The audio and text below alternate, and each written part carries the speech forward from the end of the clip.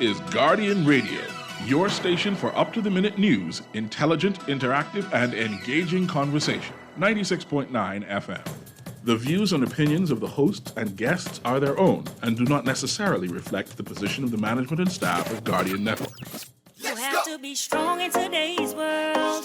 Keep your focused and up. You believe in how to achieve all your dreams. Keep moving forward. Never accept less than who you are. Live your best life. Be strong and free. It's the Hit Back with Nahaja Black. It's the Hit Back with Nahaja Black. It's the Hit Back with Nahaja Black is sponsored by the Cancer Treatment Centers of America and BTC.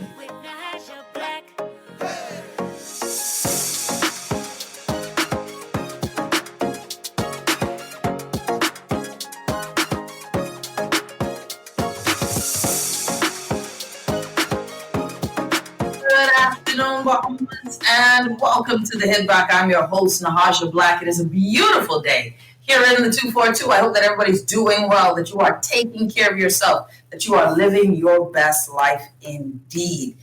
We are doing well today. Yesterday we had a fiery show. It has done its own service. We had the top of the show, Wayne Monroe QC. He was discussing for us why the Progressive Liberal Party believes that there will be an early election. Then we had Fane Thompson briefly on the show yesterday. He did not give us any sort of information on what, well, he did on my good friend Clint's show, but yesterday on the show here declared sub judice for something that apparently is not even in court, but we digress.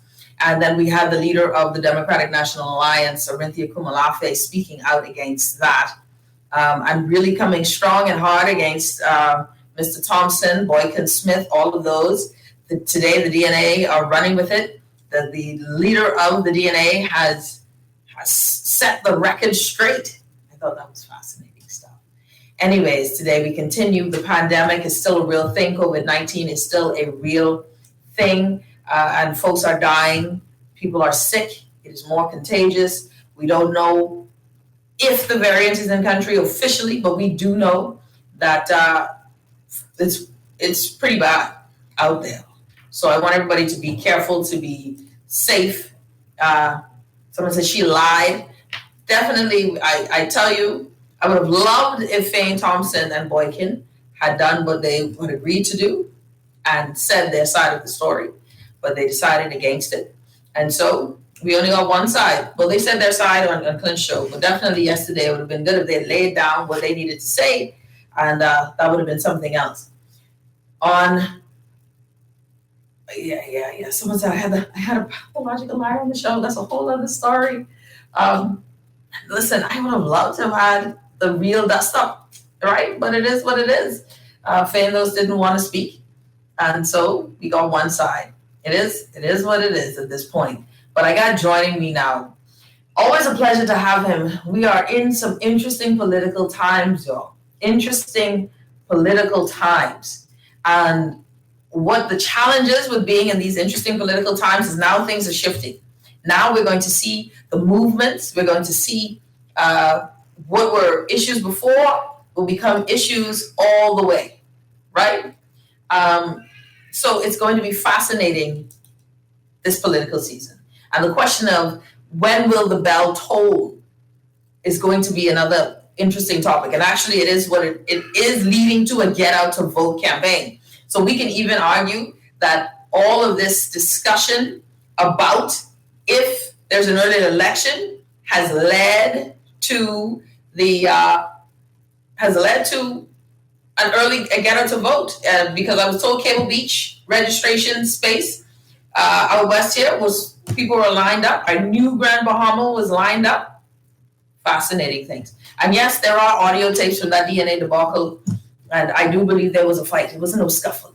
I do believe she and Fane did get, punch up a smidgen. And that young Mr. Boykin did lose his phone in the wall. I do believe all of those things. But I wasn't there.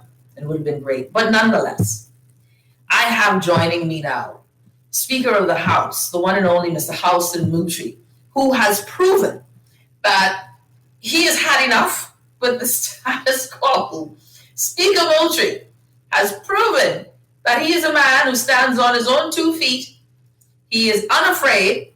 He is willing to do things that I will tell you, the past from Loretta Butler doing her coup, and the Dissident 7 or 8 to even now, fantastic stuff.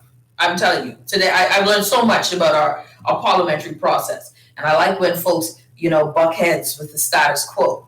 And I think the speaker has done a lot in that in recent months. You guys who've been a part of the show know that we featured Housen Moultrie in many segments, and he wasn't on it. So without further ado, I want to welcome the illustrious Speaker of the House, the one and only, the Honorable Mr. Housen Moultrie. Speaker Moultrie, how are you? I'm just great. Good afternoon. It's a pleasure to be with you, as usual. It's a pleasure to have you on, Speaker Moultrie. I tell you, man, I really have you as one of my favorite guests because you always come on and you hold no punches and you stand up for what you believe.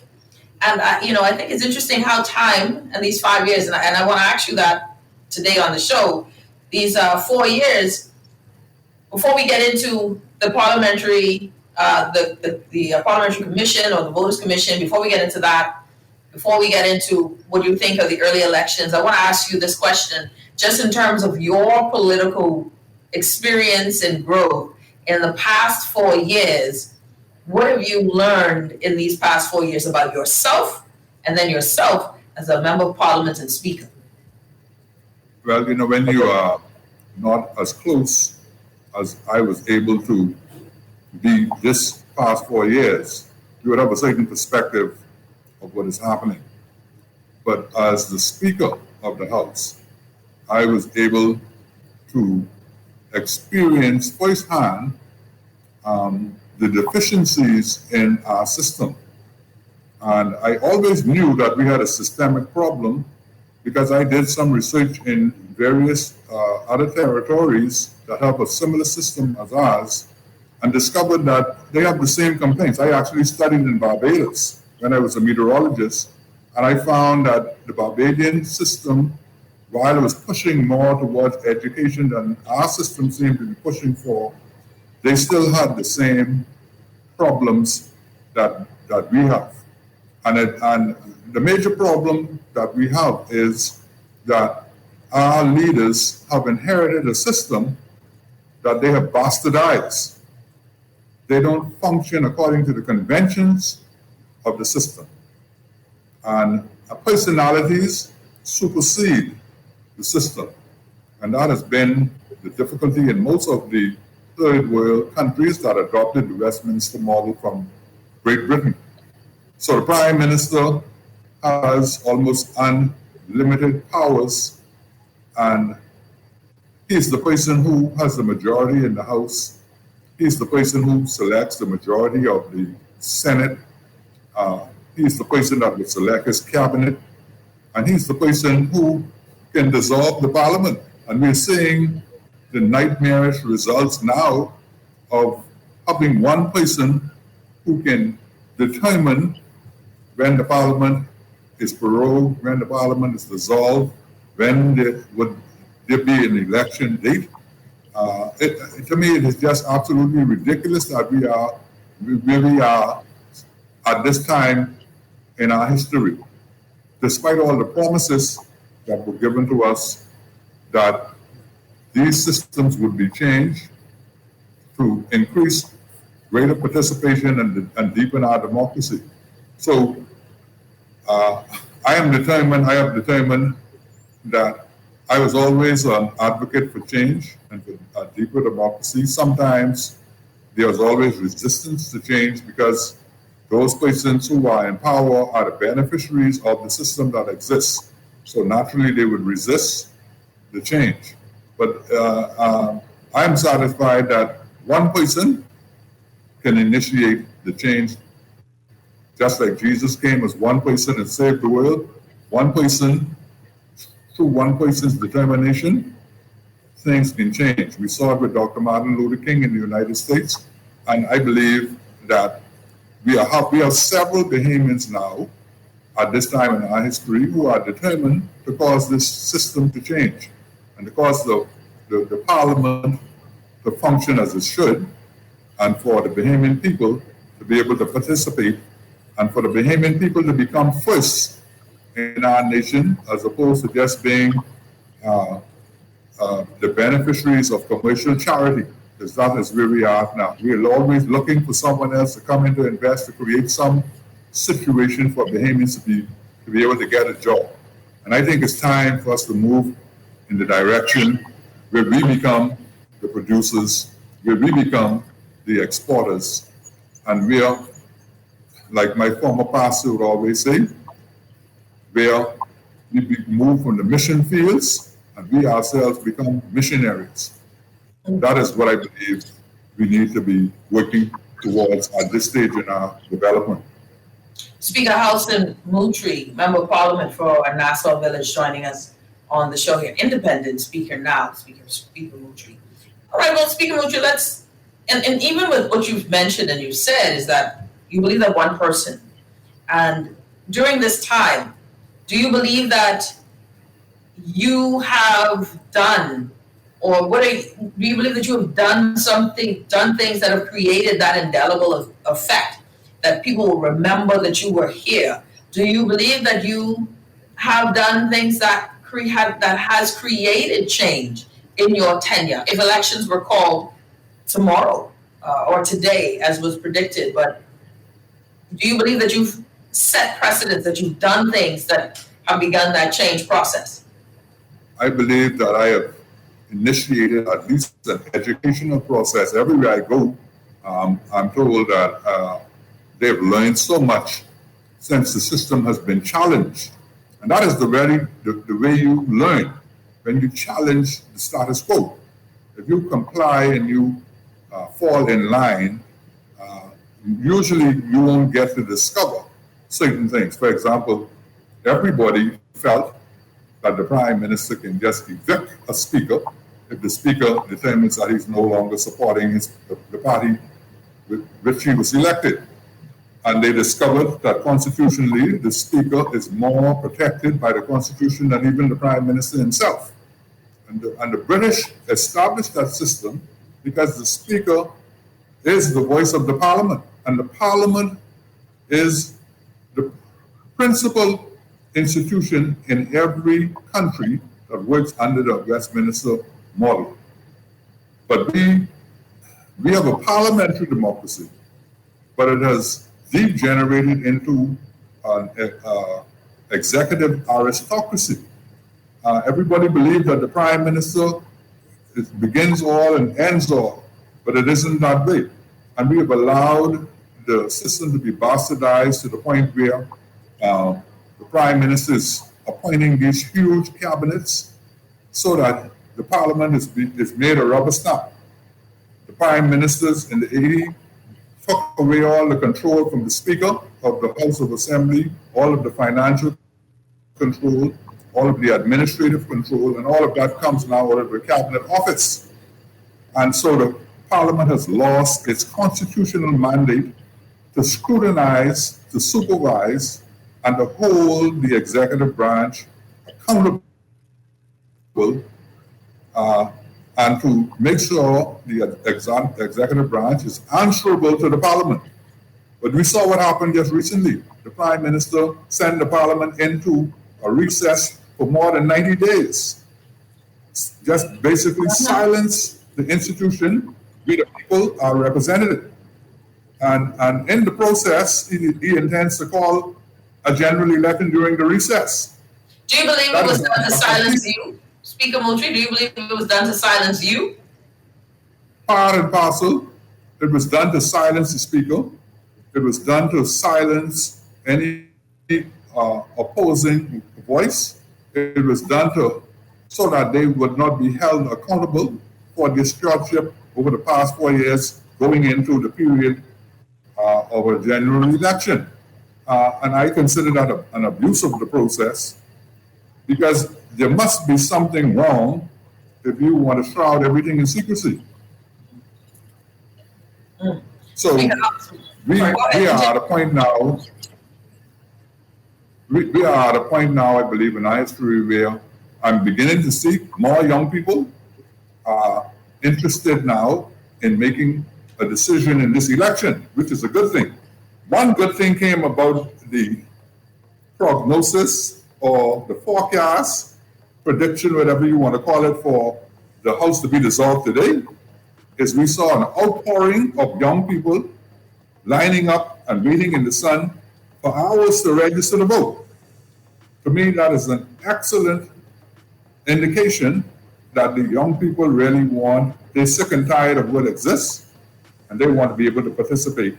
And so they wanted to register to make sure that they were not disenfranchised by not knowing when this election event will be called and when the House would be dissolved, because after the House is dissolved, anyone registering after that point would not be able to participate in the election. So we are at a stage now where young people are interested. More women I met with women organizations, they are interested. They feel like they're being left off the agenda and not able to participate at the level that they should be participating at by the two major parties. So we are finding that the young people don't want to have anything to do with the two major parties. The women are disgruntled and dissatisfied with the two major parties. And so it appears now that we are at a stage where finally emotions will be controlled and an analytical mind would come forward to do what is in the best interest of the country. I think this election will be for the country, to save the Bahamas. Because believe me, we are on the cliff. Yeah. And if we go in the wrong direction, we're with Speaker House joining us on the show, Speaker Moontree. With that said, you are causing waves, Speaker Moontree. I think, and you know this, and you are finding yourself at odds with some of your colleagues, right? And I should put colleagues in quotation marks, right? Well, let's. The reason why we even had. Go ahead. Let me correct you there. I'm not at odds with my colleagues. No. My colleagues are at odds with the Constitution. Oh, that's a good one. They are at odds with the Constitution. I am aligned with the Constitution, and I intend to hold them to the Constitution. They have a difficulty in trying to breach the Constitution. They're trying to spin it as if the Speaker have a problem and has breached the Constitution. But I provided the evidence to show that they are indeed in breach of Article 70, which calls for an equal number of voters in all constituencies in the island where there are super constituencies. And the majority on that commission refused to comply, to even attempt to comply with the Constitution. So unlike what was suggested by the member for Marco City, that I am at odds with his colleagues, and they are at odds with the Constitution. I think that's interesting because he said... I'm not... Go ahead. And the report will show that it was not a one-man report. The report will show that the wishes, the concerns, and the recommendations of the majority were fully ventilated in the report. The problem was the majority wanted to silence the voice of the dissenting opinions. And one of those dissenting opinions was the chairman of the commission, in the Speaker himself. Now imagine the only permanent person on the commission, the only constitutionally permanent. The Constitution appoints the Speaker as the chairman. All other members are appointed either by the Prime Minister, the Leader of the Opposition, or the Chief Justice. The Constitution appoints the chairman, who is the Speaker. But they wanted to silence the voice of the constitutionally appointed person to the commission, and was seeking to have the chairman sign a document that appeared that would give the appearance that he was in full agreement of without his dissenting opinion in that document. Now you know that wasn't going to happen. No. So I put them on notice a week earlier. Hold that thought. Let's take a put them on break. notice a week earlier. Because I want to go to break. Let's take a break because I want that because I like right where you ended right there. That hey, you know we weren't going to stand for that. So let's take a quick break. We'll be right back. You're listening to Speaker Halson Mutri here on the Hit Back with Nahaja Black. We'll be back right after this.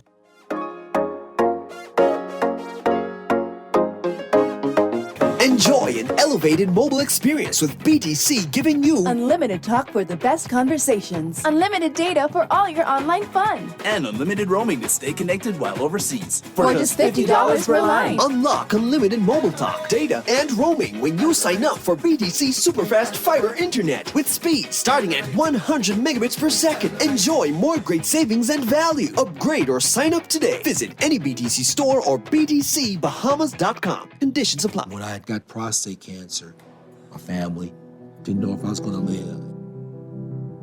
At Cancer Treatment Centers of America, within days, I got an appointment. They presented me with treatment options, and we set up a robotic prostatectomy.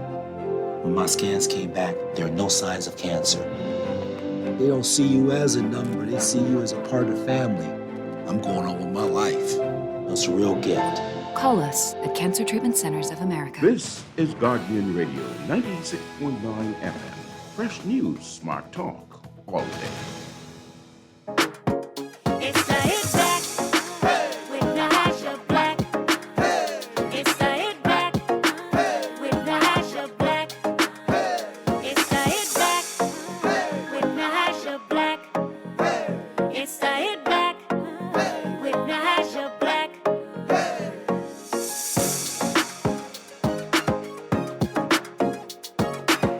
We're back. You're listening to the Hit Back with Nahaja Black, Guardian Radio 96.9 FM. We've got joining us today Speaker Halson Mutri. Speaker Mutri, welcome back to the show. It's good to have you on with us as per usual. So when we ended just before the break, you were saying, listen, you're not going to this is not going to fly where there is a dissent and that dissent is not presented.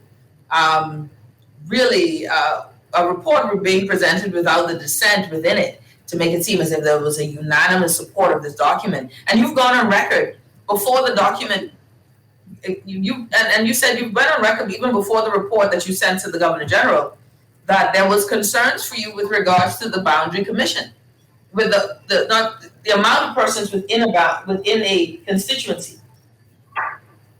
Yeah, So, I mean, when you examine the statistics provided by the Parliamentary Registration Department, the first thing that jumped out at you, I mean, if you had any sense of statistical analysis with respect to the mandate that is in Article 70, subsection 2, that all constituencies should have the same number of voters, you would discover that St. Barnabas had 4,495 voters, yep. and Golden Eyes had 7,204 voters. Now, is there any equality there? So the moment you saw that, if you wanted to work inconsistent with Article 70, subsection 2, your first order of business would be to discover how you can reconfigure a constituency to remove that disparity. There was a 2,709 vote disparity between St. Barnabas and Golden Isles. And so my position to the commission was, I think we should look and establish a quota in terms of the number of voters in each constituency, and then reconfigure the constituencies to arrive at that quota. If we didn't want to change the number of seats, we can still achieve the parity with the equal number of voters in each constituency by keeping the same number of constituency, but just reconfiguring the boundaries so that there are equal number of voters in each constituency or very close. I was recommending a 5% range. Either you would go 250 above the average or 250 below the average. The majority didn't even want to consider that. And I was satisfied that they arrived at the commission with a predetermined position, which was as a result of the Prime Minister making a premature, prejudicial statement that we have 39 seats and that is all we're going to have. That statement was made before the commission met for the first time. And it was apparent to me that the majority were set, they were resolute that that position was going to be maintained. And their conflict,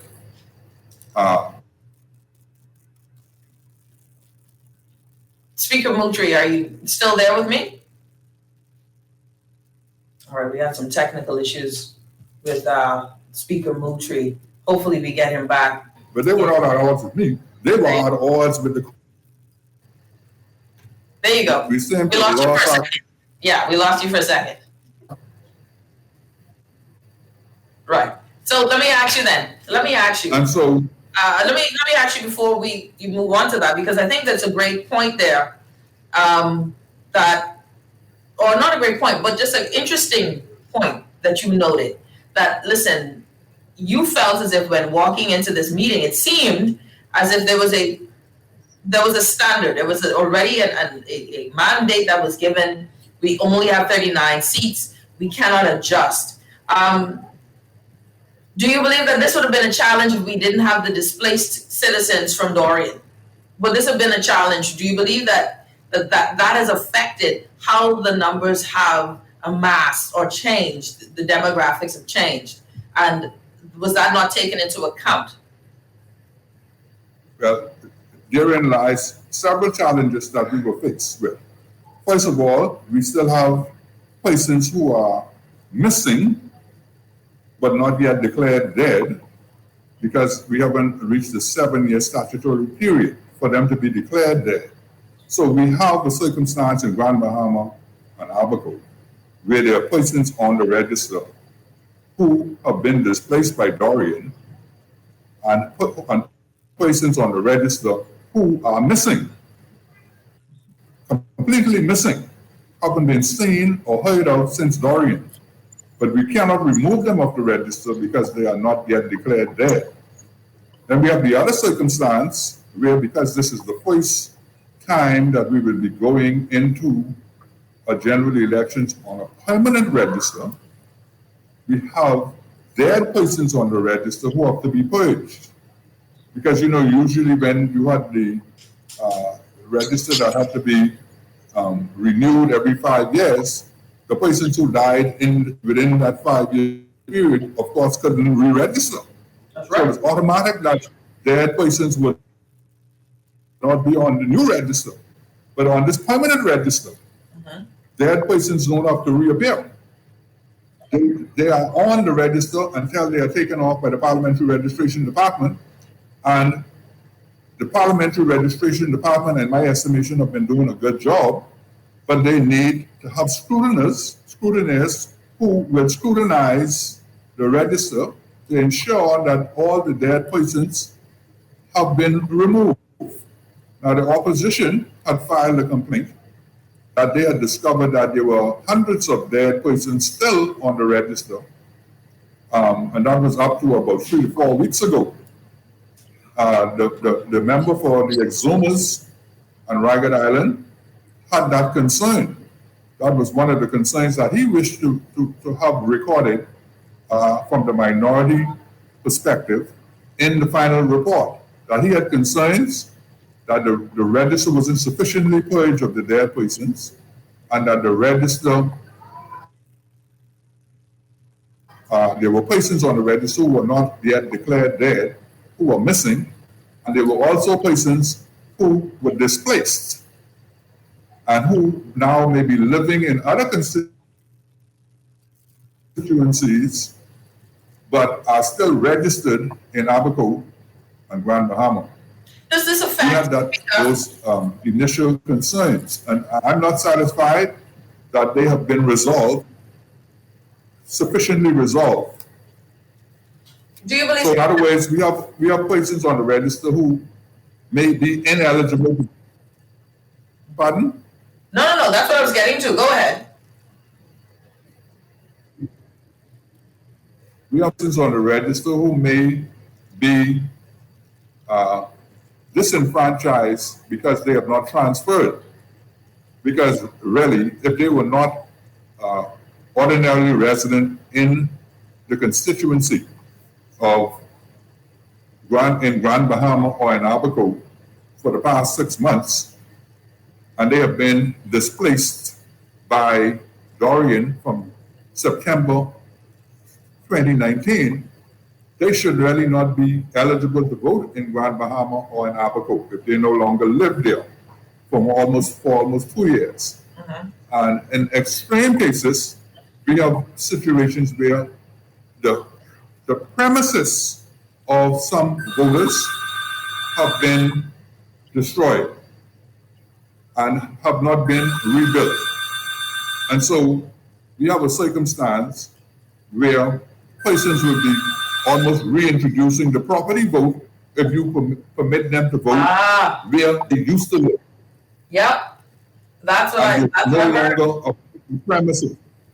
Yep. So we still have a lot of work to do with respect to the permanent register and with respect to making a decision on the impact of Hurricane Dorian on the eligibility of voters in Grand Bahama and in Abaco. Well, let me ask you, Speaker. But there again, let me, and I have to, and I want to ask this. So now you go ahead now, and you send this report to the Governor General, and I believe that it was even more.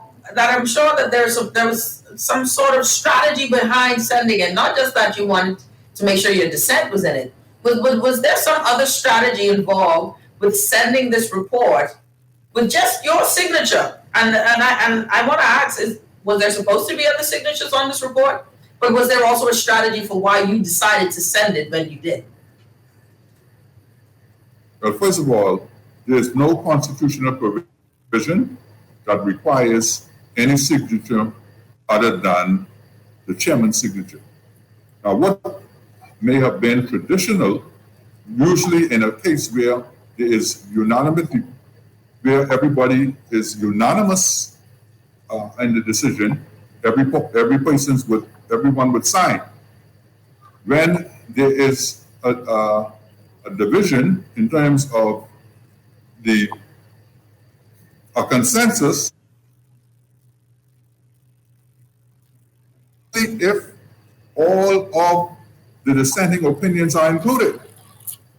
And so the majority felt that my dissenting opinion should not be included in the report because they felt that as chairman, and if I submit a dissenting opinion, that might have an overriding effect in the public domain with respect to how people would see the report.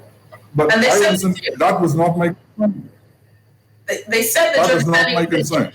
Yeah, so that and this was made clear to you that your dissenting opinion would not be included in this report. Right. That was the position of the majority.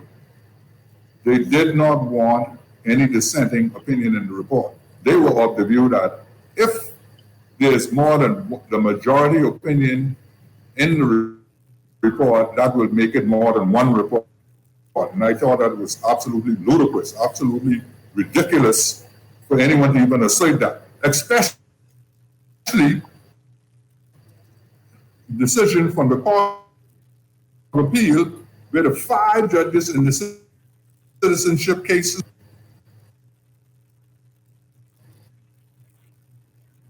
the 2 dissenting judges were included, as well as the majority decision of Justice John Isaacs and Justice Roy Jones and Queen Scott were included in the judgment. there's nothing wrong with including minority opinions or dissenting opinions in a document.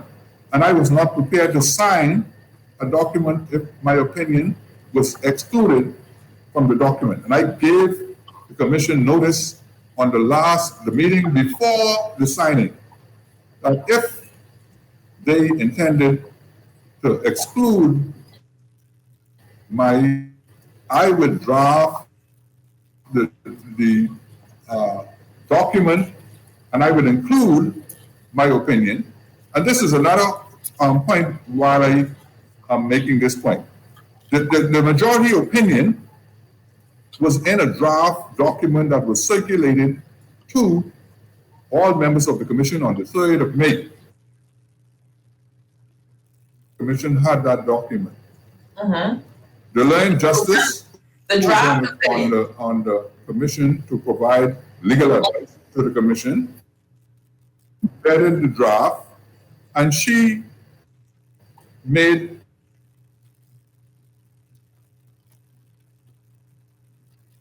All right, we're having some technical issues. certain recommendations of certain changes in the draft. Speaker, hold that thought. Just hold on. We're gonna do something where I get The you Governor a General. time to call in because we're having some technical issues. Hold on, Speaker, because we're having some technical issues. I'm gonna send you a number to your phone. I want you to call. We're gonna do a call in on the other side of the break. So don't hang up from our online, but we're just gonna call because you're breaking up a little too much. And I want your words to be clear on what you're trying to say here. So we're gonna take a quick break and check your phone for the studio number I'm gonna send you. You're listening to the Hit Back with Nahaja Black, Speaker House and Mutri joining us on the show. We will be back right after this.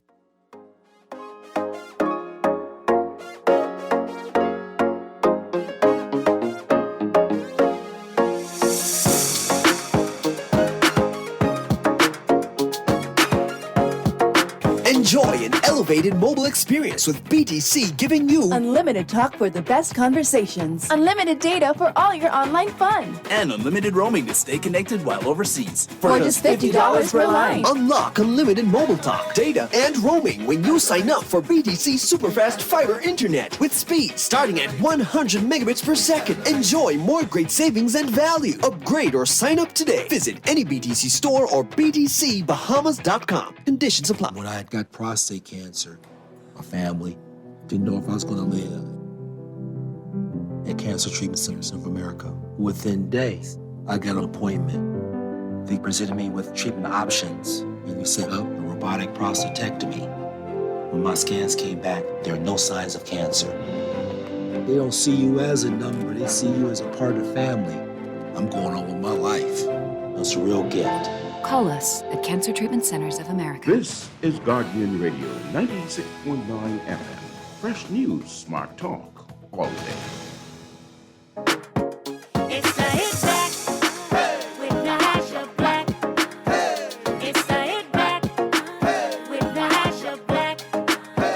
It's the Hit Back with Nahaja Black. It's the Hit Back with Nahaja Black.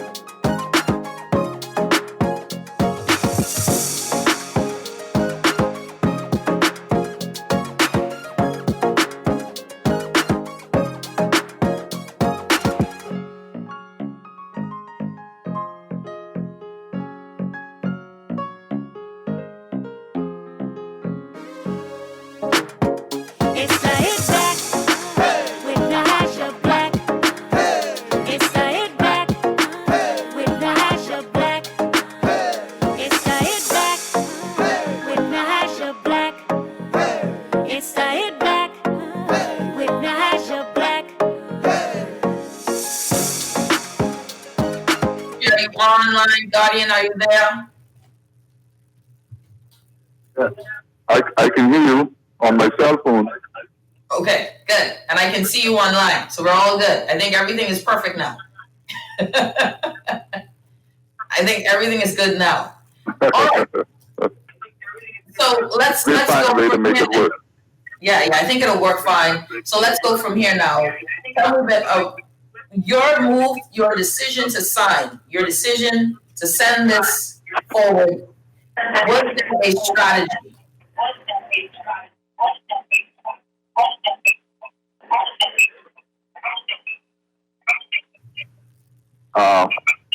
Well, my position was that I believe that the election, the dissolution of Parliament was imminent, and I didn't want the record to reflect that the first permanent register, under the first permanent register, the Constituency Commission failed to make a report. So do you feel as if at this point that we are looking at, because you mentioned that the elections are imminent, you even went as far as to give us today as the day when we would have these elections, elections will be called, the House prorogued, etc. Obviously that didn't happen today, because I think you may have called it too early. Today is not over yet. You think it still happened? It can perhaps still happen, but the Prime Minister, having heard some prediction made from other quarters, such as the Speaker and the leader of the opposition, he is unlikely to comply, because his nature is that he is in charge and only he can make the decision. He said that yesterday. So do you think that the decision will be made? My whole thing is I'm looking at this, Speaker Mutri, right? And I'm looking at this, and I'm trying to figure out, how does this make sense for the government? How does this make sense for them to call an election today? How does it make sense for them? In what regard? And you've intimated that this is something that can be purely for economic reasons. What are you seeing? It may not make sense to the government to do it. I believe that the government is being compelled to do it by certain circumstances. The government needs to raise a certain number of hundreds of millions of dollars in borrowing. My understanding is that the lending institutions are demanding the government gets a new mandate prior to the grant of those loans. So the government may not very well wish to call the election at this time. I believe that they're being compelled because of the circumstances that the country finds itself in. And compelled by who? Compelled by which body? By the lending institutions. Because this is where the government sent out a press report saying anything where people are talking about an increase in taxes is just pure fabrication. Any talk of them being compelled to do anything with regard to that is pure fabrication. Do you consider yourself a part of the misinformation train, Speaker Mutri? No, but the government would not want the people to feel that they are in this position, because that can be read as failure on the part of the government in terms of its administration. And no government wants to go into a general election with the people believing that they would raise the taxes on the taxpayer.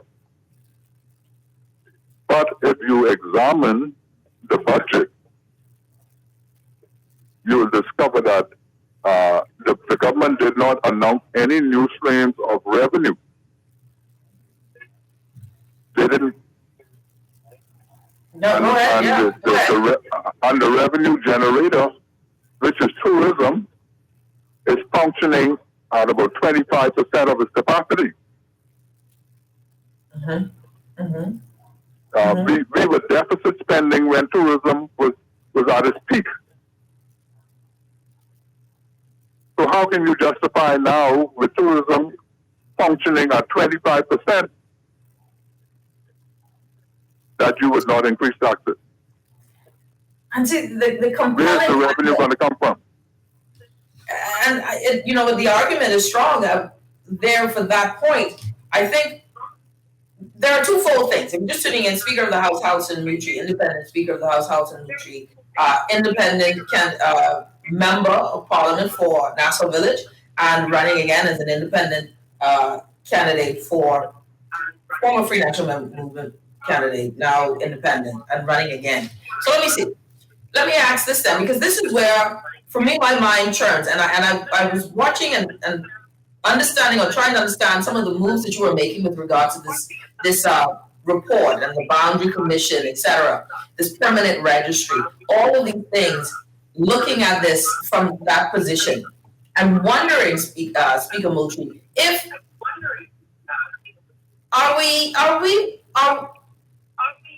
we're looking at an imminent movement to vote, to get out the vote, that there will be an election around the corner. In any sense of the word, do you believe that the Prime Minister even feels as if that is a betrayal to the people? That we would be calling an early election after they said no, there would not be any early election. Are you saying that the Prime Minister just has no care for the fact that his word was spoken with regard to this topic? I believe that the Prime Minister is at a position now that his principal concern is success in the general election. I think that is his overriding concern. So he would be prepared to do whatever it takes to try and gain an election victory. If the people were the major concern, no government would be moving ahead in the middle of a pandemic with peaking cases. I would call an election at such a time. I just don't see the concern for the people and the nation taking priority at this time in the government thinking.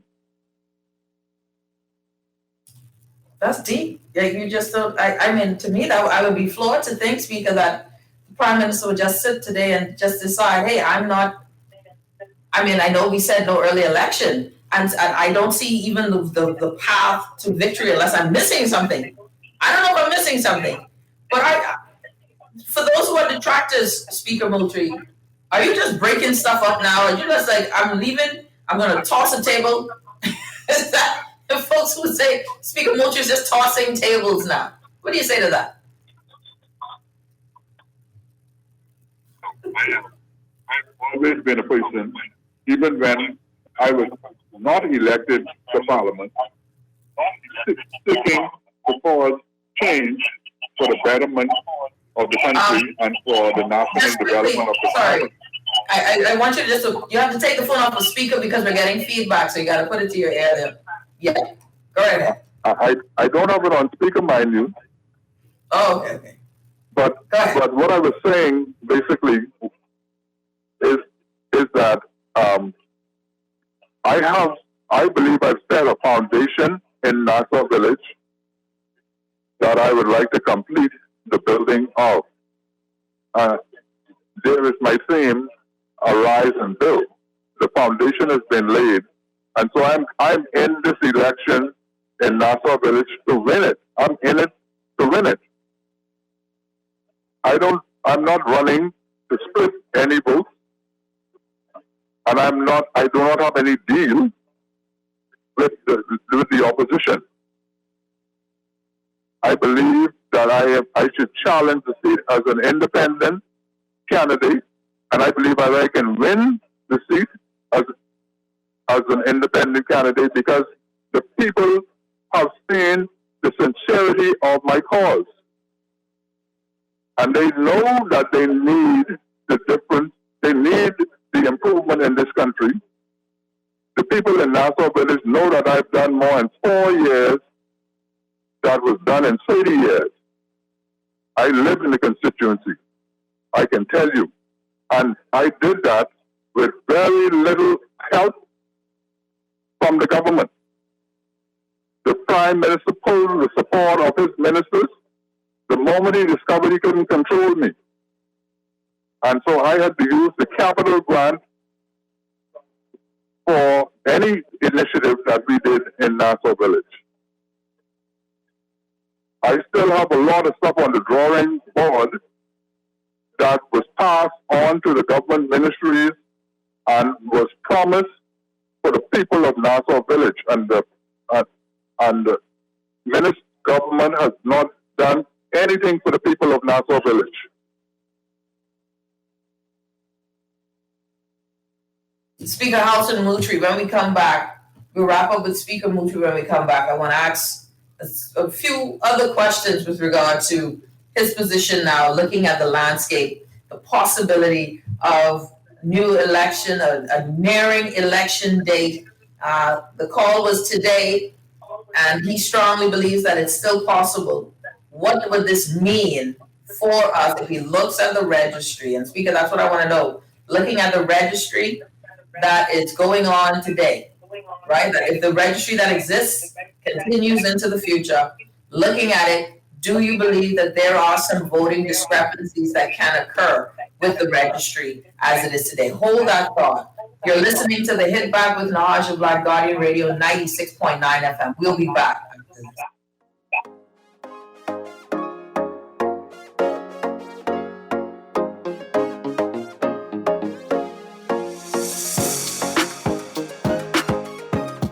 This is Guardian Radio 96.9 FM, Nassau, Bahamas. You're listening to the Guardian News Network. Good afternoon, everyone. I'm Taylor Ferguson. Here's what's making news. Thank you so much for tuning in. National Security Minister Marvin Dames declaring the Parliamentary Registration Department will be ready when an election is called. This after the department faced criticism Monday over the registration process, which was chaotic at times and marred by long lines. Yesterday they were inundated. There was some premature pronouncements made the day before. I believe that was responsible for triggering these large number of persons, and so they had to adjust. This is the season that we're in. Only one person knows that date, and until we hear from that person, I think that we should all be calm and relaxed and not give in to individuals panicking, members of the public. Voters in Grand Bahama also enduring long lines in the heat to register and to update their voters' cards. According to Assistant Parliamentary Commissioner in Grand Bahama, Denise Pinder, more than 500 people turned out in a single day. Health officials weren't surprised by the uptick in COVID-19 cases. Health Minister Renwood Wells pointing to gatherings held over the Independence holiday weekend as a possible cause for the increase in cases. Usually there's a little uptake in cases about 7-8 days, 5 to 7, 8, 14 days out from any sort of major holiday. We've just come through the entire weekend of Independence, and so folks would have gotten together in groups on beaches, in their homes, celebrating our independence. And obviously, we would have expected, given the fact that we have had positive cases in the country, that there would have been an uptick. Leader of the Democratic National Alliance, Arinthia Komalafe, says the Prime Minister has shown disrespect to his political colleagues by keeping everyone in the dark about the next election. Komalafe telling our news team, despite the suspense, the party is ready for what it anticipates will be an historic election for the DNA. That's what's making news. I'm Taylor Ferguson. AP News is coming up next. Tired of banks forcing you to use technology to bank the way they want you to? Your convenience is important. So no matter what your banking needs, Commonwealth Bank's friendly staff are always available in branch for that personal one-on-one service. But when you choose technology, our online and mobile banking app offers you state-of-the-art functionality. The choice is yours. Commonwealth Bank, Bank the way you want.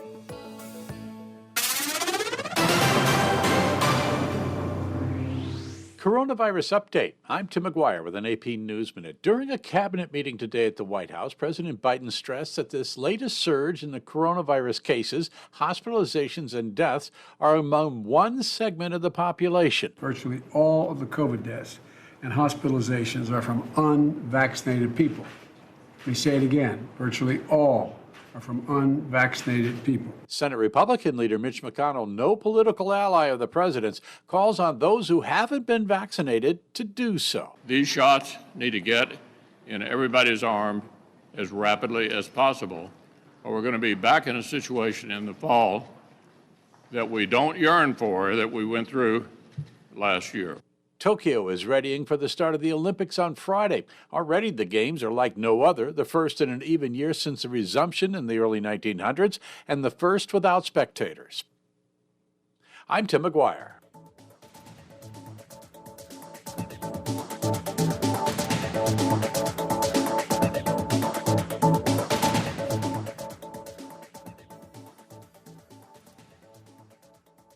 This is Guardian Radio, 96.9 FM. Fresh news, smart talk, all day. It's the Hit Back with Nahaja Black. It's the Hit Back with Nahaja Black. It's the Hit Back with Nahaja Black. It's the Hit Back with Nahaja Black. You're listening to the Hit Back with Nahaja Black. Special hello to my good friend, independent candidate Reese Chipman, who is joining us on the show. I've got Speaker Housen Moutry joining us. He's on the line with us. Speaker Moutry, how you doing? I'm just great. I can hear you clearly now. Excellent.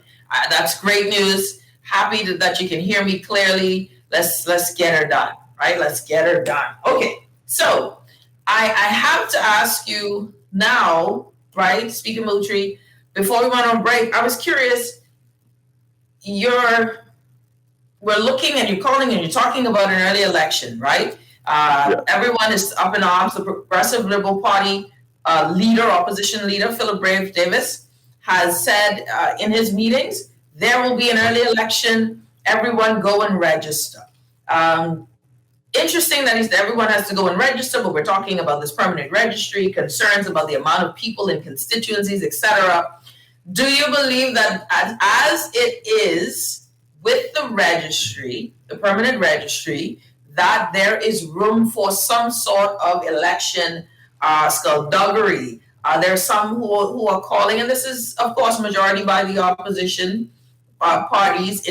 Others were saying, listen, that there can be even a suppression of votes for persons who have moved, for persons who are living with people because of Dorian, they don't have a utility bill, that there are some challenges that voters who voted in 2017 may find themselves challenged with in 2021. Do you share that same position? And is that one of the main reasons, too, why you decided to send this report in to the Governor General? And what is supposed to? Well, let's go there. Yes, well, there will always be, I don't think you can ever eliminate the possibility of skullduggery in an election. What you try to do is you try to minimize it.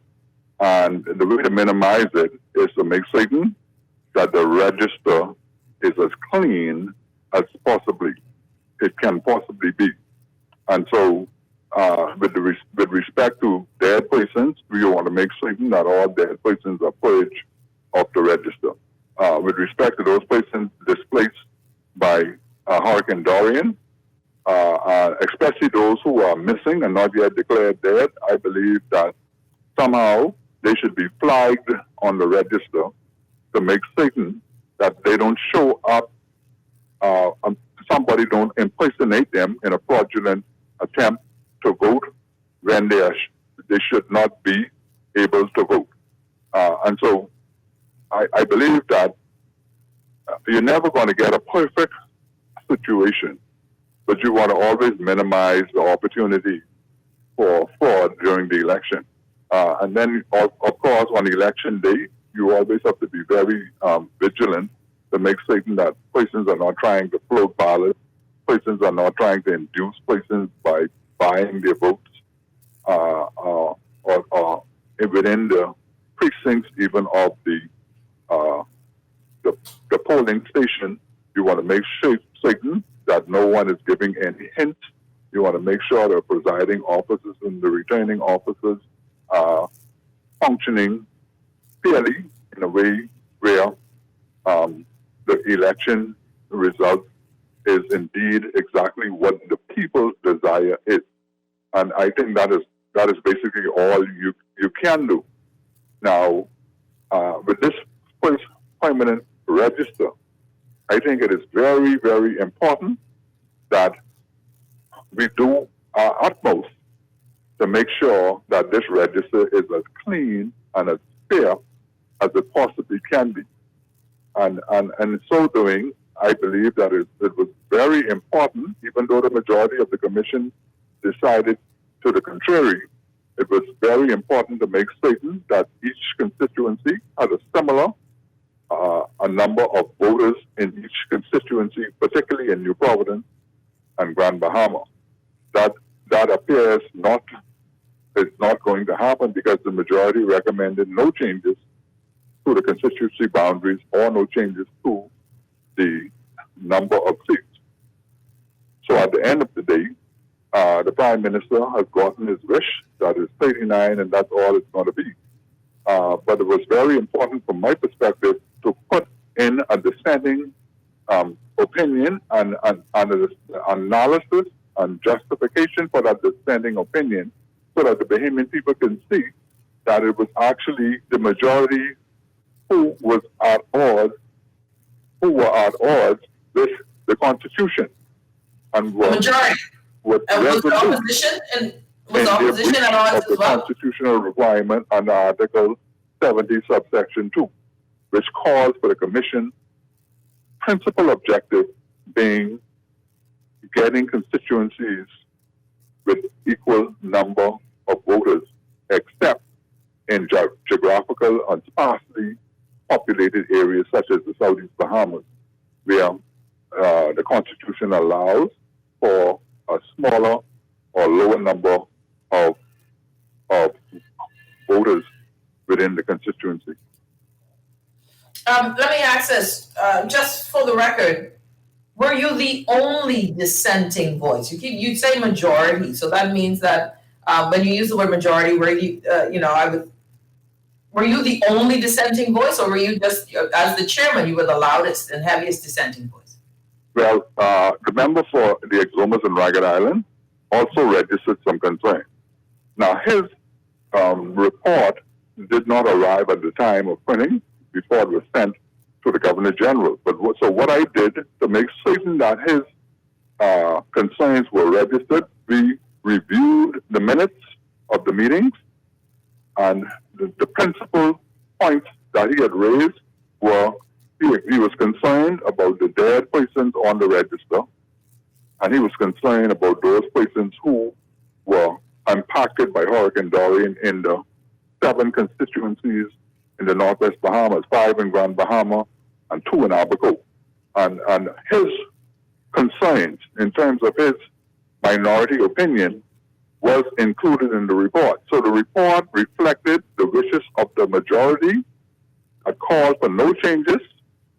It reflected the dissenting opinion of the chairman that called for changes, and it reflected the concern of the opposition representative, Her Majesty's Royal Opposition representative, who wanted to make certain that their concerns about the number of dead persons on the register was registered in the report, and the number of persons displaced by Dorian and those missing persons were registered in the report, because at the end of the day, should this matter go to election court, evidence would be available to the election court to see, for the election court to review even the discussions and decision of the commission with respect to those major issues, because they can really impact the result of the election.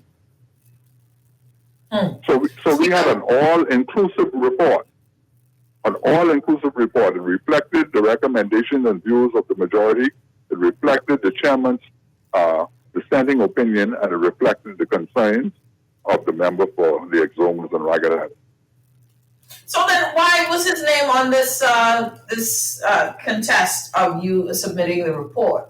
And did you foresee that contest would come? I didn't get that. Can you repeat that?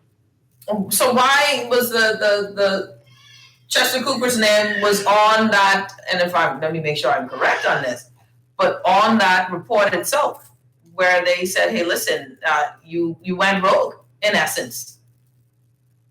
I think that they were surprised that I was prepared to live up to the commitment that I had made, that if they were not prepared to sign the report, I would sign it as the chairman and submit it to the Governor General.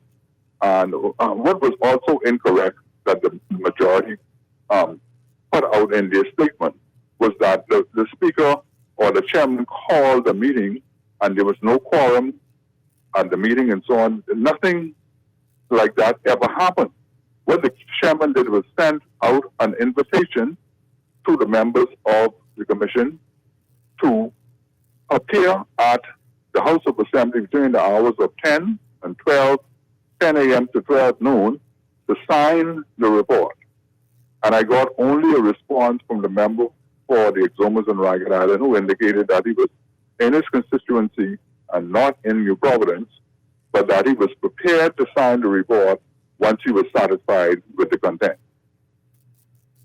The other members of the commission didn't even give the courtesy of a response. Interesting. All right, so now we're here.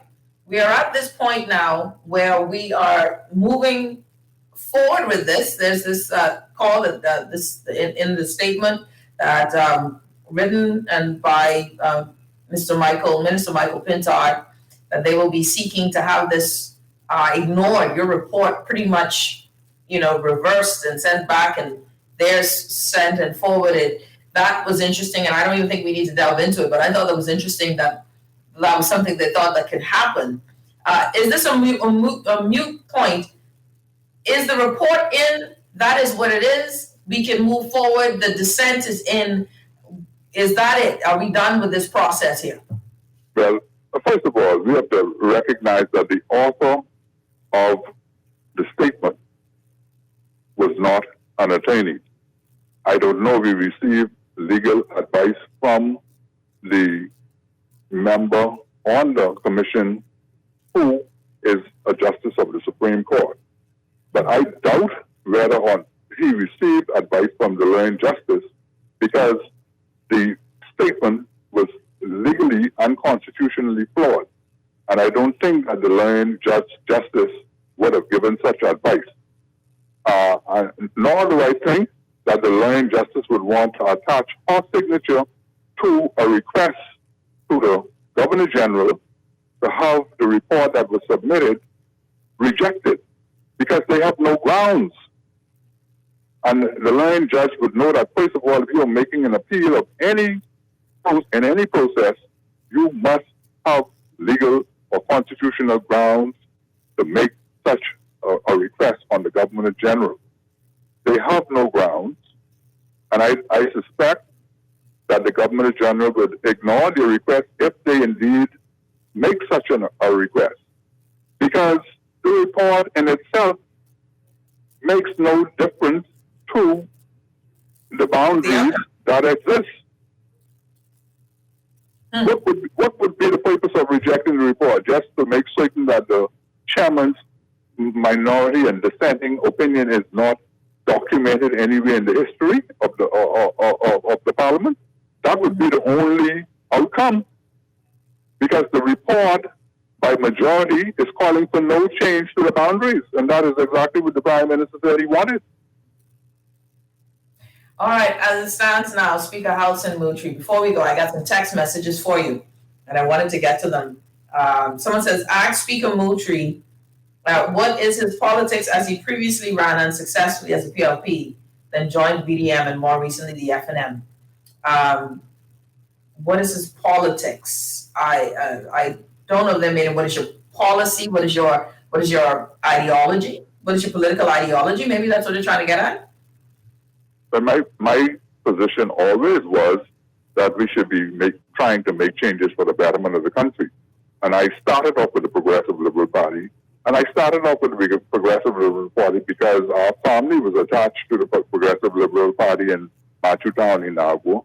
And the people of Machutown in Nagua submitted a petition to the former Prime Minister, the late Lyndon Finley, requesting that I be nominated. I took that challenge up, wasn't successful. And when the PLP decided not to make changes after losing the 1992 general election, I thought that I could not continue to support a leadership that the people rejected after 25 years.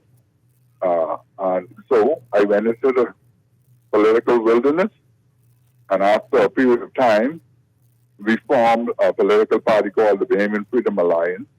We aligned with the People's Labor Movement and the CDR, the Coalition for Democratic Reform, Dr. B.J. Nottage, the PLM with O.B. Ferguson Jr. We were not successful in our quest to even get one person elected. And so I went and I decided, well, you know, I'm going to go and study law and change my career and ride up into the sunset. But then I was called by Dr. Nigel Lewis and invited to a breakfast meeting with the leader of the opposition at the time, the right honorable, the most honorable Prime Minister now, and I decided to run with the Free National Movement. And I can never forget that meeting because the leader of the opposition at the time asked me which seat would I be interested in. And I said, well, the only seat I'm really interested in is the Nassau Village seat. And he said, Nassau Village? That's a hard, tough seat. Why would you? I thought you was going to pick one of the easy seats that the FNM may have. Well, I told him, my position always was that a person should not run in a constituency that he doesn't live in or wasn't born in. Because I believe that you need to be close to the people to be able to represent them properly. And so I live in Poland Division 10 in the Nassau Village constituency, which is the Glenison Garden subdivision. And he agreed then that I can become the candidate for the Free National Movement in the Glenison Garden, in the Nassau Village constituency. And I was successful in that quest. Do you believe that you betrayed his belief in you? Do you believe that you betrayed that initial meeting with what you've done now to the point where many would say that the House has been shut down because the Speaker is not even an ally? No, I don't think I've betrayed any trust. I think we, the Prime Minister and I had lots of discussions, or we used to have a weekly discussion. And it became very apparent after a period of time that our views were diverging views, and we were not connecting on what I thought we should be doing at this time. And so I found myself being ostracized by the party. And persons continually told me that I shouldn't fight the party on certain matters and certain issues. So I decided not to fight the party and resign from the party and become an independent speaker. You don't think you're fighting the party anymore? You're definitely fighting something. Well, see, it's better to fight. If you want to fight some enemy, it's better not to be in the camp of the enemy. That's my position. If you want to make me an enemy, that's why I said from the chair, if you want to start a war, you can have a war. I was not moving to start a war, but the party seemed as if it wanted a war, and so I'm not going to back down. I believe that I should be fought right in the positions that I hold. I should be committed. I should tell the public. The public know from the time they knew me, the same issues that I was advocating all the way from the PLP and during third-party politics, I am still advocating those now because I have been trained in system analysis, and I know that it's the system that is failing us because we are breaching the system, and the Prime Minister is not answerable to anyone. And once you have that system, you're going to continually have the same problems that we have. It's time for an independent parliament. It's time for an independent judiciary. And it is time to make certain that the executive branch of the government respects the other two branches of the government, which are co-equal branches of the government, and move forward under the Westminster model, because I believe the Westminster model can work. I've been to many conferences around the world under the Commonwealth Parliamentary Association as Speaker, and I see the Westminster model functioning properly in Canada, in Australia, in New Zealand, in the United Kingdom. Only in the third world we have problems. It's amazing. Why do you think that's the case? Is it why do you think that's the case? I think it's the case because, regrettably, as a black man, I must say that in most of the territories and countries that we are having issues, it is in the black nations where personalities supersede systems. In the industrialized world, people make certain that the bad in a system is rejected and the system is preserved. In the Bahamas, Barbados, Jamaica, Africa, and other places that have the same system, what we find is third world leaders superseding the system and the prime ministers becoming demigods and dictators and basically bringing the same level of oppression on the people that we fought so hard to be rid of. Do you think that in this period, this time period, if we're looking at the next election period, and I'll let you go right after this, do you believe that there will be any changes if we were to re-elect, if we were to go through or the promises made by this administration? And I'm sure you've even heard, I don't recall the promises made by the opposition at this point. I don't even know if they made promises yet. I can't keep up. But do you believe that what we've seen and experienced as political models, are you, as someone sitting as the speaker, someone who's looked at the history of speakers in our story since 73, I'm sure you've looked at other rulings and decisions by speakers previous, one even just the former speaker just in recent term, Kendall Major, Dr. Major, still having his effects even up into this term. Do you believe that, or have confidence that we can, with what we have had, past and present, make significant changes? Well, I'll tell you, I'm excited and I'm motivated. I've been having several meetings with a number of organizations. I've had some meetings with the Young Generation Next organization, and I'm really motivated that they really are interested in the political process to the point where they want to see significant changes. And I believe that the people must initiate those changes for a better country. Once we arrive at a point where we decide to elect persons who are our best possible representatives for the constituency and for the country, as opposed to just voting for a party color and getting involved in all of the emotionalism that surrounds the election. Once we become more analytical, more women get involved in the entire process, because as you know, women think differently from the men. And God fixed it in a way where male and female should come together for the betterment of the family. And the family is the bedrock of any country. Once you begin to deviate from that basic fundamental concept, you have a major problem. So I believe we need more women to step forward and to get involved in the process. Once we get that balance between the young people involvement, women involvement, and of course the men, we will see a better outcome for the development of our country. And I'm excited about it because to be a part of it, even though I may be moving off the scene soon, I'm excited that a lot of young people have caught the vision for a new Bahamas, not a PLP Bahamas or an FNM Bahamas, but a Bahamian Bahamas.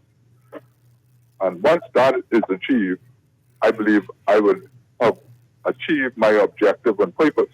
I'm convinced that like Nehemiah, the Lord put a burden on me to go out and to look at the city and the ruin of the institutions in the city and to help chart a course for the rebuilding of the city.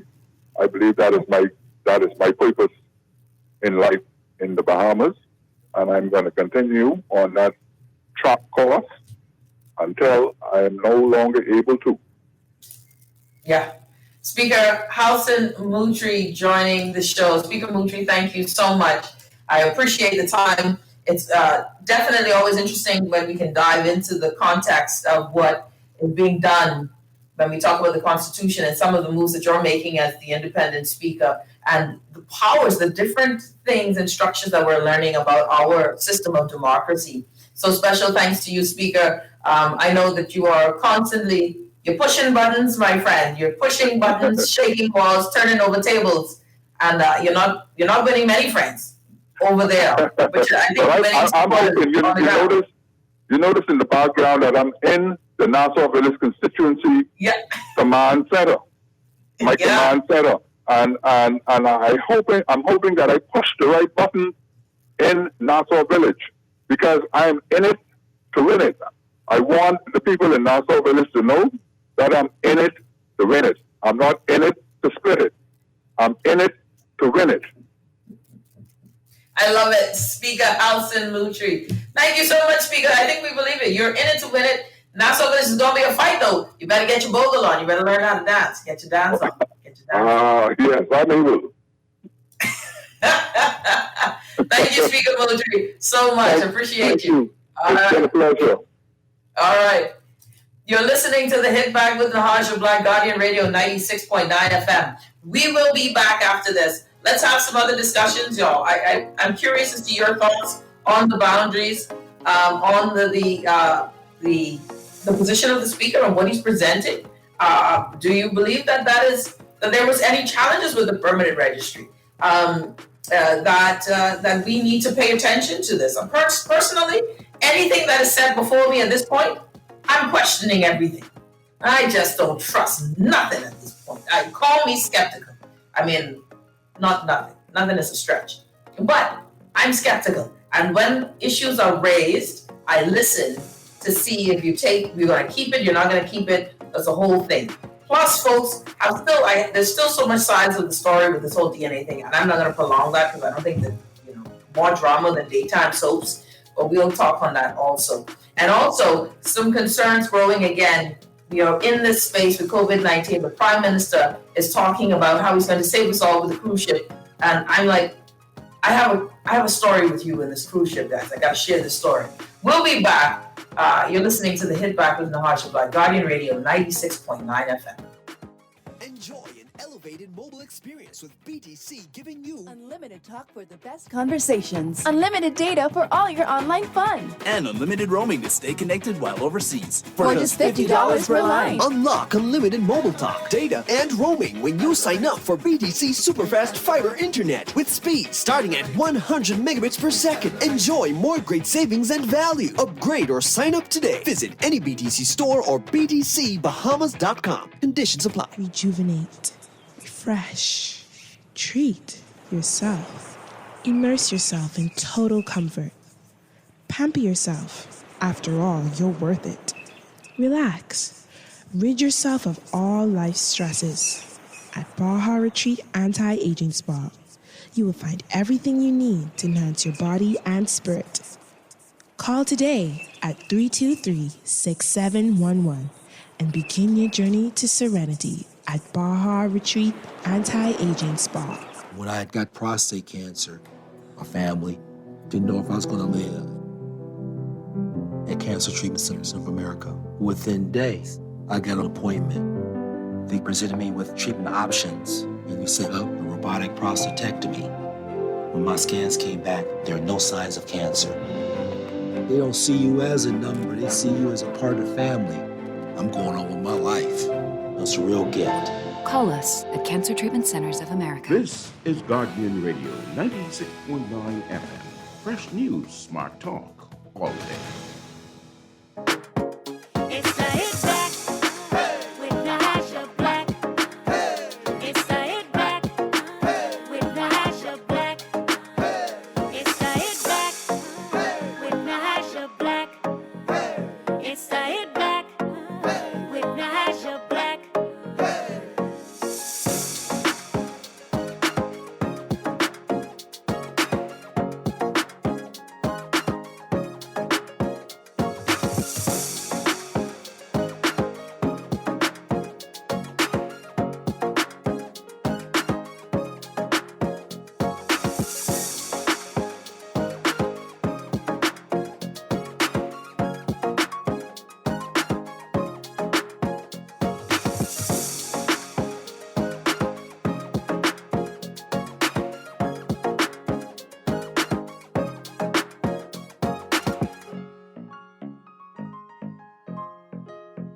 Nahaja Black, Guardian Radio 96.9 FM, y'all. Okay, so what did we learn today? I got a lot of stuff.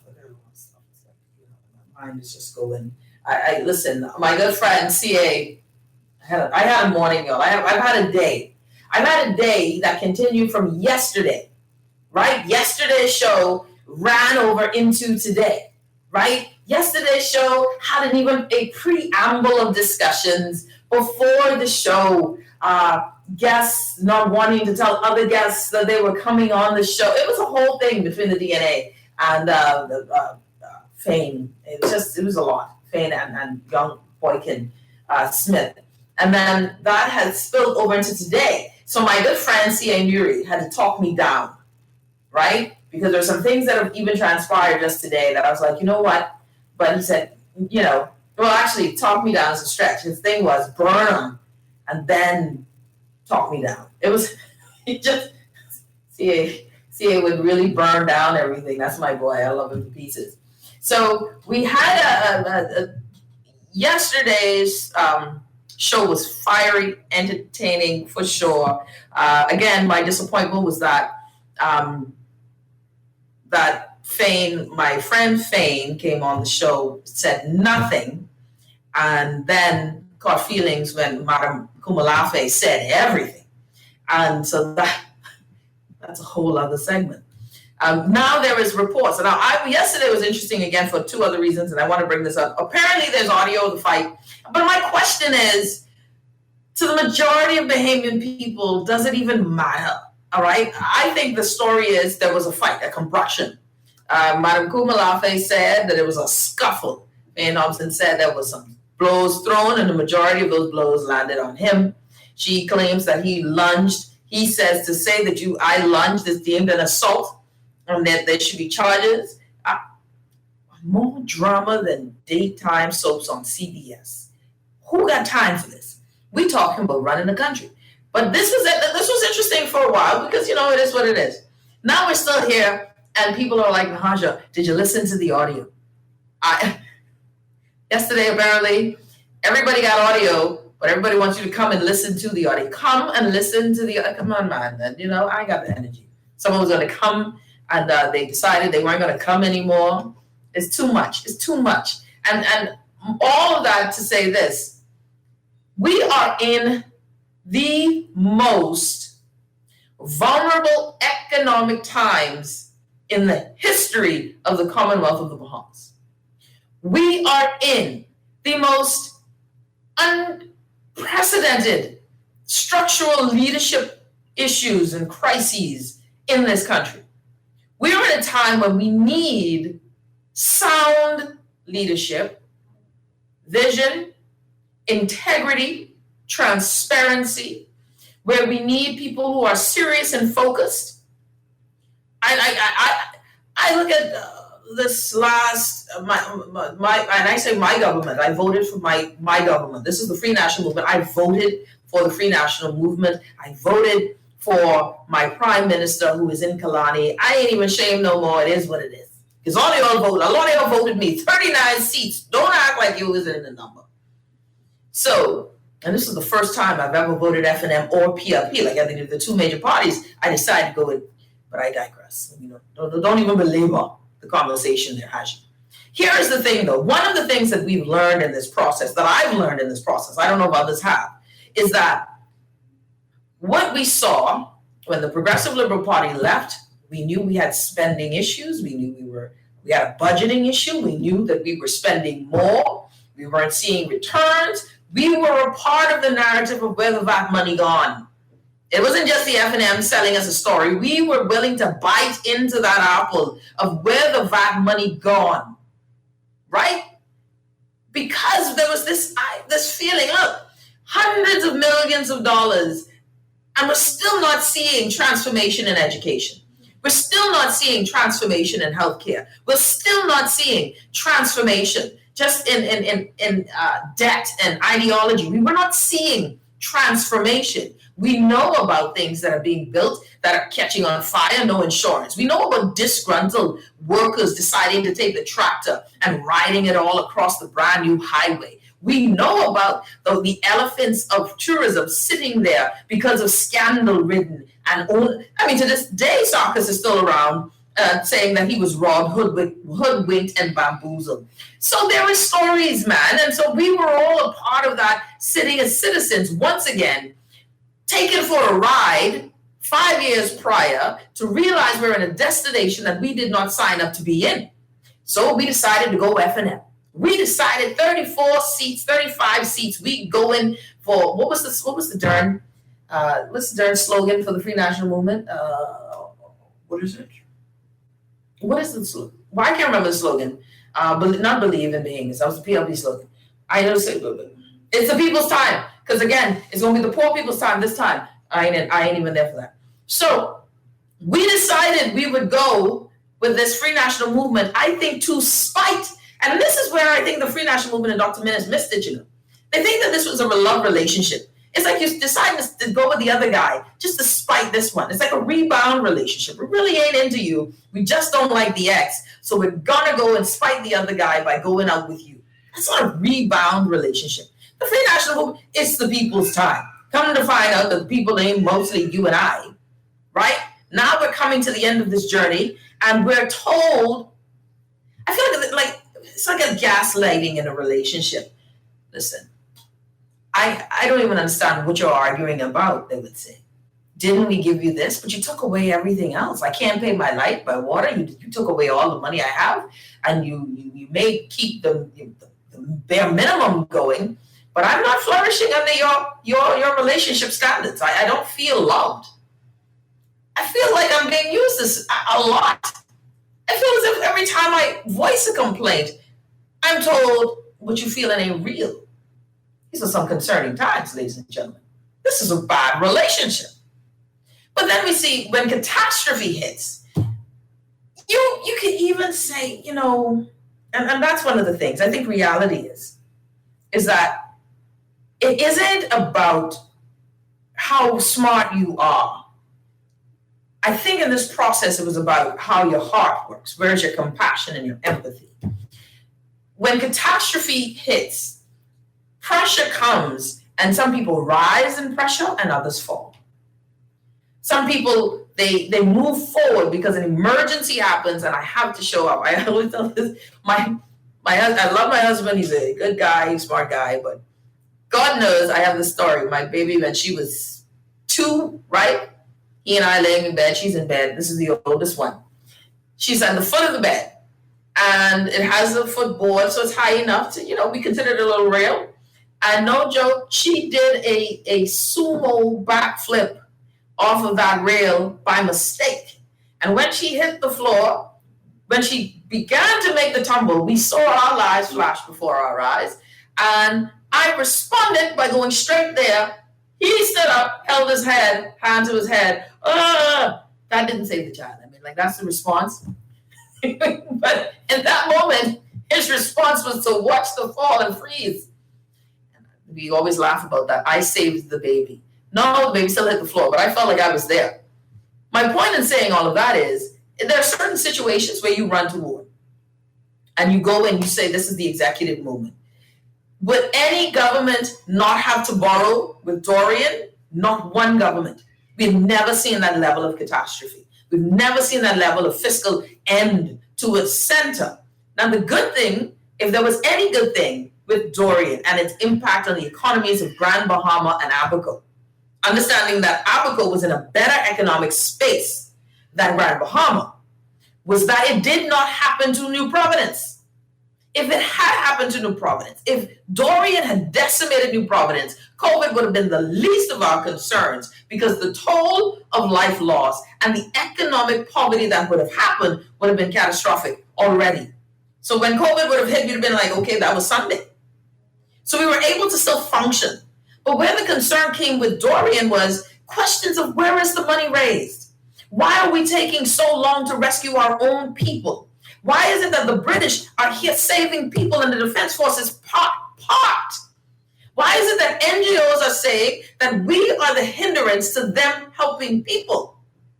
Why are islanders saying that thank God for NGOs, thank God for Head Knowles? Where was FEMA? Where was our people? Where is the leadership? But we're holding meetings and nothing's moving. The state of government functioning like molasses, but we're talking about effectiveness when people's lives are in the balance. We're talking about people in trailers that can't get their bodies identified, and the processes and people standing up and saying, we've done our part, now you do your part. Then we have COVID, where we find ourselves with an ultimate leader who we are still questioning the competency of, and he becomes the competent authority. What a time.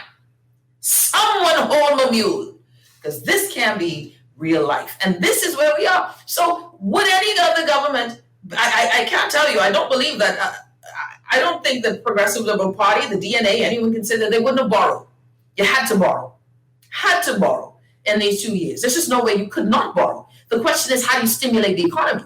The question is, was it the best source of confidence to go ahead and give all of the money for feeding the Bahamian people to folks who we have yet to see come down into the doldrums of the community and feed our people? You're going to make them the leaders, and they don't even drive through these constituencies. They don't even tell their friends who are expats to drive through these constituencies, and you're going to let them manage all the money and then demean us by giving us $20 checks? We'll select her and come again. Whose time is it really? These are the issues. Now, all of that to say this, because I was digressing, but I needed to build this point. We are in a time, the last thing we need is more amateurs, or not just amateurs, because it ain't about if you had experience, but questionable leadership skills and practices in-house. The last thing I need, whether man, woman, boy, girl, or 2 goats and a chicken, is ego. The last thing we need is whether you got testicles or whether you got ovaries. We were concerned with the holding on of power rather than the pursuit of purpose and servanthood. Because the Bahamian people need service. We need to be tended to like broken children or broken vases. We need to be loved even if it's tough. But you can't come back and have your cronies and your goons in the House of Assembly trying to persuade me that you are a compassionate leader. Jesus, if you can put a chorus of compassionate, if you need that to be your hit song in the House of Assembly, something ain't right here. This is where my challenge comes in. When people talking about they want the government, and all you're hearing is discord, drama, issues. Y'all got to get it together. Get it together. And I believe that you should know them by their fruits. If your people, if your team, if the people who come out and support you are more vitriolic, I'll tell you one of the things I think is so interesting. I had some folks say to me before, boy, Nahaja, you hit the government hard. and you still skirt, I will say this, no matter how much I rough up this government, how I rough up the PLP, especially last time when it was in the House of Assembly, you know what I've never gotten? You know what I've never gotten? Is the attacks that I've seen from the Coalition of Independents, that I've seen from the DNA, the attacks. I've never seen that from the PLP or the FNM. And I don't even check. I mean, when I say don't check, I don't even really run up on the DNA or the COI because, I mean, they're smaller bodies. You got to give them room and air to breathe. They're trying. They're working their way up. But boy, you say one negative thing. You call up one thing. All of a sudden, the lions. More fake profiles. I tell you, it's a funny thing. Now, don't get me wrong. Free National Movement and the PLP, they also do this as well. They got more fake profiles. They can catch a sticker. Or you can throw a sticker. The point is, we're talking about leading a country that needs real, firm, authentic, true. It isn't even about being brilliant, man. It's about being compassionate. In this space, date, and time, compassion. And then the common sense and wisdom to understand that you don't know all, so we're going to learn. Then we have to have the strength and the fortitude to know that the system is not broken, but there are people within the system that got to go. You can't keep promoting the people who are inept. Why we keep giving these people who are in the way of progress another rung to rise up on in government? Why at the people's expense? There's some good things that this administration has done. Just as there were some good things that the last administration has done. But you know what happens in real life, though? Those little good things, imagine all of the other good things they've done for the few. Whilst we're here fighting over the crumbs, the few are getting the whole pie, sitting at a different table. Deals are being brokered without us even knowing. And we're told to praise when the street lights get fixed. Praise when the roads get done. Praise when they put in water pipes for Long Island. Praise when they pay their bill to get Eleuthera water. What a time. And then when we talk about critical issues about moving forward with infrastructure, we're not interested in that. Critical issues. Man, I tell you, I believe that you have to change some things to get different results. So I believe that there must be independence in the House of Assembly. I believe that there must be third parties finding themselves with a victor or victory. But everybody got to prove everything to the people. This is not a time when you just give your heart away, you give your love away, you give your children's future away. This is not that season. Just because you're mad and you're vexed with the other, you got to be intentional. We all have to be intentional. And the question coming into, if this election is called early, and by the way, I want the bell rung. I am so exhausted. Ring the bell. It would benefit me greatly. Let's ring the bell. Let's get this done. Let us move forward. Let us as a people determine the next step. And if the next step is a bad step, at least we can agree that we did a stupid thing again. And we can move on and complain in those years about how dumb it was and pray to God for the contract to be done in 5 years. Pray to God that somebody decides they want to divorce early and ring the bell early and say, I want to be out of this government marriage. But the last thing we need at this point, or when we start and we decide, we must determine who do we want to be as a people and as citizenry. We have to determine what we're willing to stand up for. We have to change the discussion and the narrative. Going back and forth. Look here, I honestly, there are some things that I love election season for the entertainment. There's some entertaining processes. I mean, I think people say stuff, news comes out, audios will be leaked. All of that is great. All of that is great to keep us entertained. You know why we're entertained by those things? Because progress isn't happening really. And there's something I wanted to note too. We're talking and we're raving about tourism numbers, right? These tourism numbers are worth getting excited about. But they're also a mirage because we're talking about airline travel and they're coming in and we're seeing a lot more people coming in heads and beds. All of this, though, majority of this is due to home porting. not the majority, but a good lion's share of that air traffic is because we're home porting with Crystal Serenity, because we're home porting with Royal Caribbean. But what have we done proactively, or what are we doing to ensure that we keep these bits of business going in? I don't know if y'all hear my baby crying in the background. Forgive me. That's a COVID baby. Just throwing that out there. I'm getting so loud. So all of that is, are we keeping it going? Are we keeping it moving? What happens when the government opens up? When U.S. opens up? What have we done to encourage these tourists, these cruise ships to continue home porting? You should have seen how Bimini's dock looked this past weekend. And the question now is, what is the numbers and what does that mean in math? What does that mean and what does that translate to with a growing economy? Is that something that we can connect to, hold on to? Because right now, this is just a mirage if we can't keep it. And there's been very little on discussion on keeping that. And how do we keep it? What sort of ways can we encourage rather than letting expats who own entryways or ports of call tendering locations to determine that they will not play with us, dance with us? Rather than using some of that power, will, and might to say, you're going to have to dance because the people of Cat Island need support.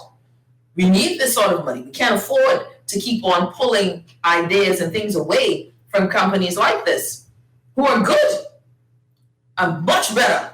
They might not be perfect. No company is perfect. I don't believe in corporations being perfect, but far more interested in the environment, more cognizant of their impact and footprint than the other ones, who we have no problem taking Bahamian land for to give to foreign companies who keep getting more and amassing more, who have no problem taking their clients directly to the keys by which we barely work on. Again, I digress.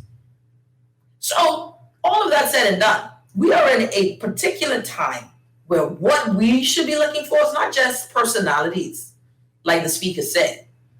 This personality movement is killing us. We got to be looking for substance, true substance. And I cannot deal with people with a manifesto of 10,000 promises. No government can promise that. I would vote for a government who can actually strategically tell me how they are going to minimize, reduce the debt and the deficit, and through the use of the sovereign wealth fund, begin to find ways through our natural resources, actual public accounting of our natural resources, find ways to begin to use the sovereign wealth fund to create things that will facilitate education, to make education better, make us competitive, make Bahamians competitive. The cost of living ain't going down. Y'all ain't planning on stopping foreigners from buying up land. So let's get more competitive, because it ain't gonna get cheaper. It ain't getting cheaper. I'll tell you that right now. It's not getting cheaper to live in the Bahamas. And so I'm open. Just solve some intrinsic challenges for me. My God, can we do it where budget cycle, that schools aren't getting the funding to fix the schools in August and school opens in September? Can we work on that? You're listening to the Hit Back with Nahaja Black, y'all. I think we have a lot of things. If I want the elections to be called, I'm ready for elections to be called. And, you know, I'm just ready for it to be done. I'm ready to be done. I'm ready for us to move forward. I would hope that every party that is seeking and vying for leadership of this country are ready to be sober-minded. Y'all got to get yourself together. You can't be having scuffles. Man, we too close to time. And it was interesting something, I got to say, there's interesting something Madam Kumalafe said yesterday, that she believes that people are planted within their party. I don't know. I can't say that I disbelieve her. I believe that people are, listen, I've learned some things in politics. These things could happen. Do I believe that that's the case with Fane? I don't think so. But I don't know. I ain't swearing for nobody in this day and age. I ain't hear the audios. I mean, I gotta drive to people. We can meet you, Nahaja. One audio was 30 minutes, the other one was 6 minutes. Nahaja, we can meet you and we let you listen. I ain't got time for all of that. Serious time, man. I ain't got time for all that. But let's ring it down. I'm good. Ring it, don't ring it. I can be fine. There's all the people who need it to be rung. And plus, it gets more entertaining when we ring the bell.